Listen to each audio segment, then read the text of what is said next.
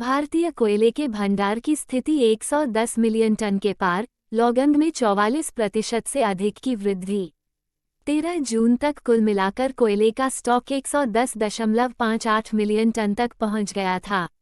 कोयला मंत्रालय ने कहा, ये पिछले साल के 76.67 मीट्रिक टन के स्टॉक की तुलना में 44.22% की पर्याप्त वृद्धि का संकेत देता है। इसमें कहा गया है कि यह उच्च कोयला स्टॉक स्थिति मंत्रालय द्वारा कोयले की पर्याप्त आपूर्ति बनाए रखने की प्रतिबद्धता को दर्शाता है। उन्गा ने गिरे हुए शांति सैनिकों के सम्मान में स्मारक की दीवार स्थापित करने के लिए भारत द्वारा पेश किए गए प्रस्ताव को अपनाया। संयुक्त राष्ट्र महासभा ने गिरे हुए शांति सैनिकों के लिए एक नई स्मारक दीवार स्थापित करने के लिए एक प्रस्ताव को अपनाया है, जिसका संचालन भारत कर रहा है। भारत ने गिरे हुए शांति सैनिकों के लिए एक स्मारक दीवार स्थापित करने के लिए संयुक्त राष्ट्र महासभा में संकल्प को अपनाने का संचालन किया। संकल्प को रिकॉर्ड 190 सह प्रायोजन प्राप्त हुए, जो भारत के योगदान और इरादे में विश्वास का प्रमाण है। उपभोक्ताओं के लिए सस्ती कीमतें सुनिश्चित करने के लिए केंद्र खाद्य तेलों पर 5% मूल आयात शुल्क घटाता है। सरकार ने खाद्य तेलों पर बुनियादी आयात शुल्क कम कर दिया है ताकि उपभोक्ताओं को सस्ती कीमतों पर उनकी उपलब्धता सुनिश्चित की जा सके। रिफाइंड सोयाबीन तेल और रिफाइंड सूरजमुखी तेल पर मूल आयात शुल्क 17.5% से घटाकर 12.5% कर दिया गया। ये 16 अप्रैल 2023 को लागू हुआ और अगले साल 31 मार्च तक लागू रहेगा। था अवार्ड जीता, जबकि tractor ICC men's player of the month award जीतने वाले पहले आयरिश खिलाड़ी बने। थिपाचा की जीत का मतलब है कि यह लगातार दूसरी बार है जब थाईलैंड ने अप्रैल में कप्तान नारुमोल चायावाई की जीत के बाद महिला प्लेयर ऑफ द मंथ का पुरस्कार जीता। बाएं हाथ के स्पिनर थिपाचा ने नोम पेन, कंबोडिया में दक्षिण पूर्व एशियाई SEA खेलों में 4T20 में 11 विकेट लिए।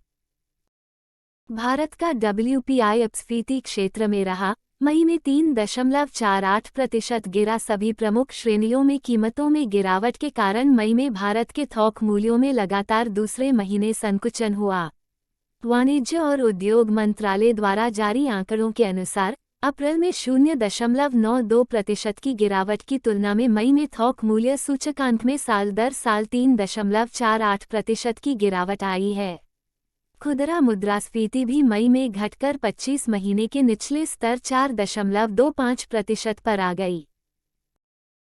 SJVN महाजेनको ने महाराष्ट्र में 5000 मेगावाट हरित ऊर्जा परियोजनाओं के विकास के लिए समझौता किया। SJVN ने महाराष्ट्र में 5000 मेगावाट की कुल क्षमता वाली अक्षय ऊर्जा परियोजनाओं को विकसित करने के लिए महाजेनको के साथ एक समझौते पर हस्ताक्षर किए। संधि के तहत कंपनियां महाराष्ट्र में हाइड्रो पंप स्टोरेज परियोजनाओं, पवन, सौर, संकर और हरित हाइड्रोजन परियोजनाओं सहित विभिन्न नवीकरणीय परियोजनाओं की स्थापना की व्यवहार्यता का पता लगाएंगी।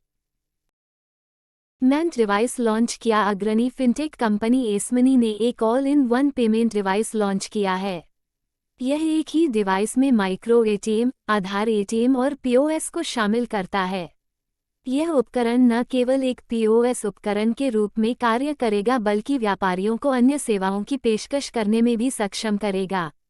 ग्राहक कार्ड आधारित या आधार आधारित वित्तीय लेनदेन की सुविधा देने वाली बायोमेट्रिक प्रणाली का उपयोग करके नकदी निकालने में सक्षम होंगे। फिनो पेमेंट्स बैंक खर्च खाता शुरू करने के लिए हबल से जुड़ा। फिनो पेमेंट्स बैंक ने कहा कि उसने भारत का पहला खर्च खाता पेश करने के लिए सिकोया कैपिटल समर्थित फिनटेक हबल के साथ समझौता किया है।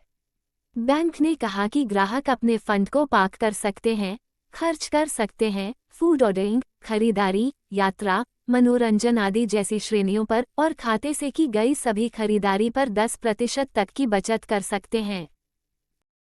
बिहार राज्य सहकारी बैंक पर कई कमियों के लिए RBI द्वारा 60.20 लाख रुपए का जुर्माना लगाया गया। रिजर्व बैंक ने कई कमियों और उल्लंघनों के लिए बिहार राज्य सहकारी बैंक लिमिटेड, पटना पर 60.20 लाख रुपए का जुर्माना लगाया। आरबीआई ने कहा कि वित्त वर्ष 2020 के बाद नाबार्ड द्वारा पटना स्थित बैंक के एक वैधानिक निरीक्षण से पता चला है कि यह संदिग्ध लेनदेन की पहचान करने और रिपोर्ट करने के लिए मजबूत सॉफ्टवेयर लगाने में विफल रहा है। साउथ इंडियन बैंक ने परेशानी मुक्त खाता खोलने के लिए डिजिटल प्लेटफॉर्म लॉन्च किया। साउथ इंडियन बैंक ने सिब स्विफ्ट पेश किया है, जो एक अभिनव और ग्राहक केंद्रित डिजिटल खाता खोलने वाला प्लेटफॉर्म है जो कागज आधारित प्रलेखन की परेशानी को समाप्त करता है। प्लेटफॉर्म ग्राहक सुविधा को प्राथमिकता देता है और खाता खोलने की प्रक्रिया को बदल देता है, जिससे बैंक 5 मिनट से भी कम समय में ग्राहकों को तेजी से ऑन बोर्ड कर पाता है। केवीजी बैंक ने नई जमा योजना शुरू की। कर्नाटक विकास ग्रामीण बैंक केवीजीबी ने एक नई जमा योजना विकास आशादीप 400 दिन शुरू की है। इस योजना को शुरू करने वाले केवीजीबी के अध्यक्ष श्रीकांत एम भांडीवाड़ ने कहा कि यह योजना 400 दिनों की अवधि की है, जिसमें वरिष्ठ नागरिकों के लिए 7.50% और आम जनता के लिए 7% की ब्याज दर है।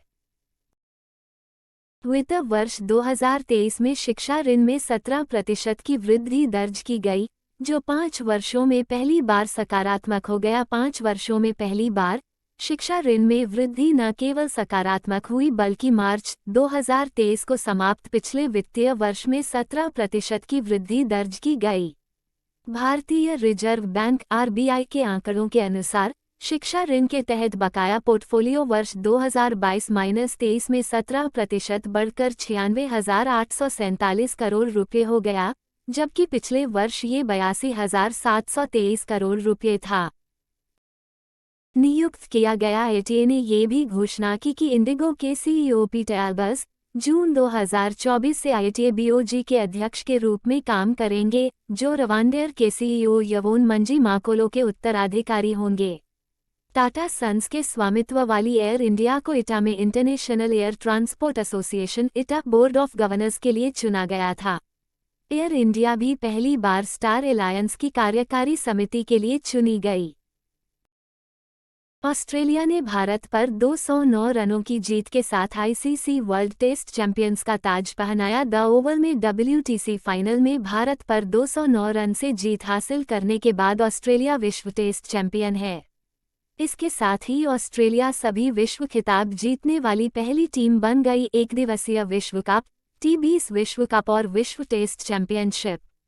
ऑस्ट्रेलिया आईसीसी विश्व टेस्ट चैंपियनशिप 2023 फाइनल के चैंपियन को $1.6 मिलियन का प्रभावशाली पुरस्कार मिलेगा। ऑस्ट्रेलिया ने भारत पर 209 रनों की जीत के साथ आईसीसी वर्ल्ड टेस्ट चैंपियंस का ताज पहनाया। द ओवल में डब्ल्यूटीसी फाइनल में भारत पर 209 रन से जीत हासिल करने के बाद ऑस्ट्रेलिया विश्व टेस्ट चैंपियन है। इसके साथ ही ऑस्ट्रेलिया सभी विश्व खिताब जीतने वाली पहली टीम बन गई। एकदिवसीय विश्व कप, टी20 विश्व कप और विश्व टेस्ट चैंपियनशिप। ऑस्ट्रेलिया आईसीसी विश्व टेस्ट चैंपियनशिप 2023 फाइनल के चैंपियन को $1.6 मिलियन का प्रभावशाली पुरस्कार मिलेगा। करीम बेंजेमा ने सऊदी चैंपियन अल इत्तेहाद के साथ 3 साल का करार किया। पूर्व Real Madrid forward Karim Benzema ने 3 साल के सौदे पर सऊदी अरब के अल इत्तेहाद फुटबॉल क्लब में शामिल होने के लिए एक समझौते पर हस्ताक्षर किए हैं। वो अपने पूर्व रियल मैड्रिड टीम के साथी क्रिस्टियानो रोनाल्डो के साथ सऊदी प्रो लीग में शामिल हो गया, जब वह पिछले साल के विश्व कप के बाद मैनचेस्टर यूनाइटेड से अल नासर में स्थानांतरित हो गया था।